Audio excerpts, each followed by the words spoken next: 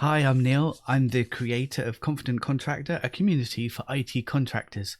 I've been a contractor for over 20 years and a bit more.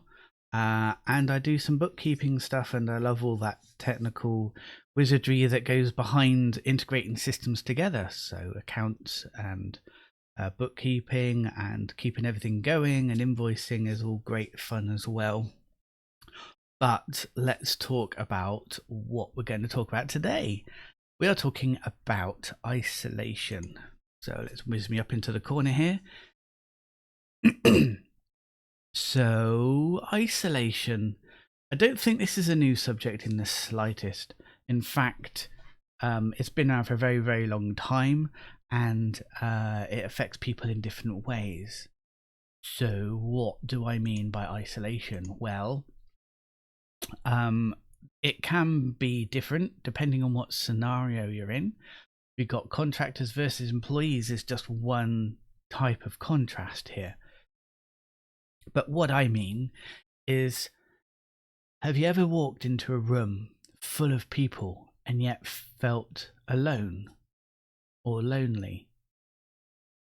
And this is not an unusual situation for a lot of developers. I mean, I identify quite strongly as a software developer and looking after infrastructure servers, and there's a similarity between the two.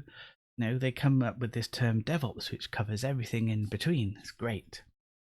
But what that means to me is somebody who gets on really well with dealing with the computers and their exactness of being a computer, which is almost a complete difference to a human who is a lot more unpredictable, let's say. And the most unpredictable people are the ones that you don't know yet. So I can easily walk into a room and not know anybody there. I'm looking and scanning the room for people that I recognize, people I've spoken to before, because God forbid I actually start a conversation with somebody that I don't know. Oh my God, that's just crazy next level stuff. It's only when you're a bit older and got some grey hair perhaps, and you've got, less to lose, I suppose you might call it, as a more non-safe for work term of putting it. But then you just talk to anybody, because what's the worst that's going to happen? They might actually talk back. No way.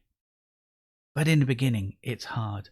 And like I said, you can be in a room full of people and still feel lonely and isolated. And so what we're going to delve into is a little bit more about that today. So isolation does affect contractors, and this is more prevalent before the pandemic, I suppose. Before COVID split us off all into our little homes and things, which caused more issues. But that's about being isolated on your own. I'm not really talking about that. I'm talking about feeling isolated when you're in a room with other people, which is much different, certainly as an experience. But when you're dealing with other contractors, who else is there to talk to? What do I mean? I've been on many projects, both as a permie and as a contractor. So as a permie, it was quite easy. I was hired into a team. You then get introduced to your teammates and, your boss, who you should probably get along with. Sometimes you don't, sometimes you do. And you have that immediate connection because you work for the same company and you're probably doing a similar line of work. But you throw a contractor into that mix. Now, if you're the sort of person that I mentioned earlier, where you're a little bit quieter anyway and don't necessarily reach out for those connections, I know we're not all like that, but some of us are. You don't necessarily have that immediate connection to bond with the other people around you. In fact, sometimes you're sitting in an office just because someone wants you to sit in an office, and you don't really have to interact with anybody around you in order to fulfill your job. And that's okay. There is some collaboration work that's required. I mean, your customer needs to tell you what they want to achieve. They might not necessarily know what they want. In fact, famously, they don't know what they want. That's why they've hired you as a consultant, as a contractor. But they know what they want to achieve, and so it's bridging that gap between the two. So once you've got an idea of what they achieve, you don't necessarily have to talk to them very much. You just do your magic, you show them a demo at the end, maybe some check-in reports, and that's it. It's very minimal contact to deliver what you're delivering. Which means you don't have a lot of chance, I suppose, for social interaction. You've got the people who you're working with. Okay, they might speak shop and things. But other than that, who else would you speak with? Well, you could speak with the other team members on the team. And that's okay because, again, you've got that common goal of working on the same project. And then as a IT contractor, the only other person you tend to talk to is your handler or recruiter. This is the person that might have even interviewed you at the beginning, but they're the person that is kind of in charge of you at that particular project, consultancy, placement, whatever you want to call it. And they'll sometimes come along and they'll take you out for lunch if they're really nice, or you'll just speak to them on the phone. Whether you need a reason to talk to them, like you haven't paid my invoice yet, or they're ringing you because you haven't filled in your timesheet, or other work-related stuff like that. But again, not a lot of social interaction. And both of those are okay. But as a contractor, you might want a wider conversation that's not work-related and is not timesheet or admin related, but maybe just a friendly ear or something. Now, for professional advice as a contractor, you could talk to your accountant, and they might give you some exciting insights about a report or something like that, or how much tax you should be paying rather than the number you are paying. If you want financial advice, like a mortgage, where do I get a mortgage from? I'm a contractor. Are there any people that actually lend to contractors? Or I've got this spare money sitting in my bank account that isn't doing very much. If it's sitting in your main bank account, it won't be earning much interest. Can I move it somewhere else? Or a lawyer. I've got this contract to sign. Can you give it the once over to make sure that it's compliant for IR35, or it's fair and balanced and equal to both parties? Because that's also important, right? The contract's there to protect both of you. And that's okay. But what about the other stuff that we like to talk about? Maybe you're fortunate enough to be on a couple of forums, like Reddit or other more generic forums. What I mean is stuff that maybe you have a hobby that you look after, or maybe you're a Trekkie and you like to go on one of the major Trekkie forums, or maybe you're a big fan of other TV programs, and you can get away from the work and admin and speak about your experience or how you feel when participating in those other activities. Now, one thing that I do like doing is attending a co-working day. In fact, I've got one coming up tomorrow. I'll be heading up to Bristol bright and early before the sun rises to get on a train to go to Bristol. But I'll be mixing with like-minded people, like contractors, where we will talk about all sorts of stuff that only contractors want to talk about. Things like, it's coming to the end of my project. And we all get nervous at the end of the project because two things can happen. Either the customer's going to renew the project, hooray, or perhaps we don't want them to renew the project. We want to go on to something different. But what did that something different look like? Where is it going to come from? How early should I start looking? Should I start looking 2 months before the end of my contract, or should I start looking 2 weeks before the end of the contract?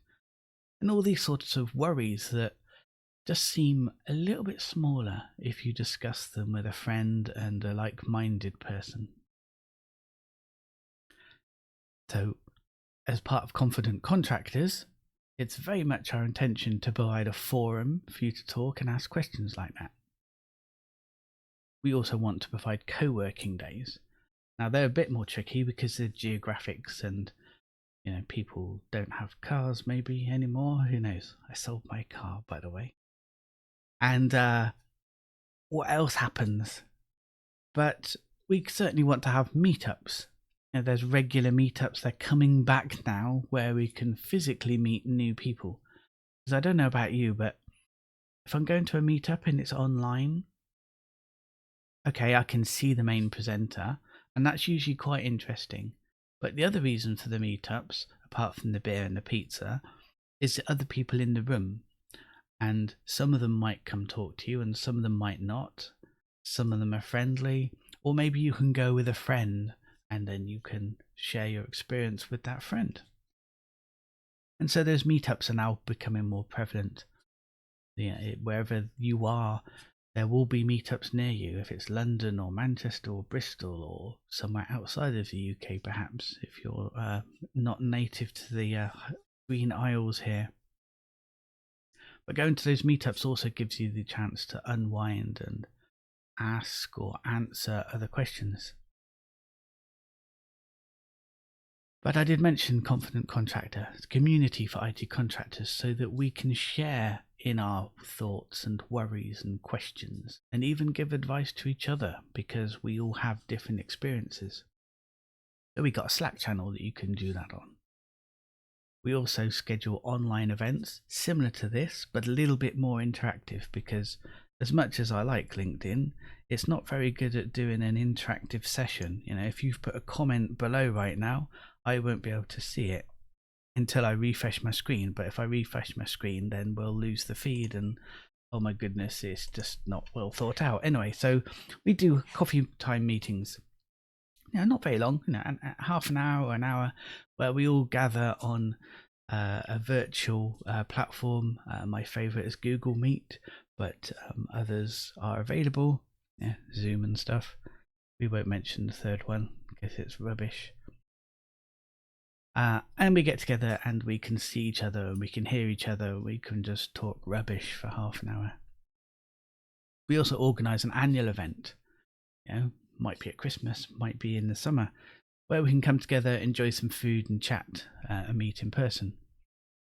And there's also the opportunity that if you come on board to the Confident Contractor community, you can have one-to-ones with me. Let's go through whatever you're worrying about once a month, and I can use my experience to help you out.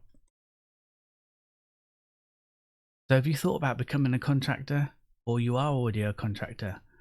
Then you'll know there might be more money. The work commitments are slightly different. You don't have to interact with HR so much. You don't necessarily have to go down the line manager route. And it's very much how much you want to put into it, and your contract explicitly states what the customer expects of you. You have that choice of remote or on-site. Some people I know, they only want to go for remote work, and that's fine. They can choose that now, particularly after Rona. If the pandemic did anything for IT, it really kicked those digital transformation programs in so that we can work remotely, even though we knew that we could before, but now the managers know that we can as well. You get that choice, remote or on-site, and a community of contractors like Confident Contractor, so we can all support each other. But being a contractor also means you get choices about when and where you get paid, when to take holiday, and how to save for retirement. Of course, those choices come at a slight price, and that's compliance. Decisions bring responsibility. And compliance and reporting to HMRC and Companies House and various other bits. But that's okay, we've got your back. And choices with cash flow. How does cash flow come into your business, and how does it go out of your business? In through the invoices, recorded through the accountancy, and out through tax. And then, of course, the most important thing, your payday. So, if you're wondering if you're ready to be a contractor, come along and fill in our little quiz we've got for you that asks you some very simple questions. That way we know how much we can help you and how much you know that we can help you as well. And if you are already a contractor, some of these might be applicable. Now, if you're unhappy with your current invoicing arrangements, or you just want some advice, then come along and join us too. This is the front page of the quiz. It just looks like that. Then come to the end of my little chat. So don't feel isolated. Come join a community. Get out there and talk to some people. Arrange meetups in person or online. Have those regular breaks and social chats. It's not all about work, you know. And if you've got any questions about compliance, contracts and cash flow, then you can stick them below. And me and my team will get back to you. And if you want to join us, then head on over to Confident Contractor or join up and have a look through the quiz. Thanks muchly. I shall see you again soon.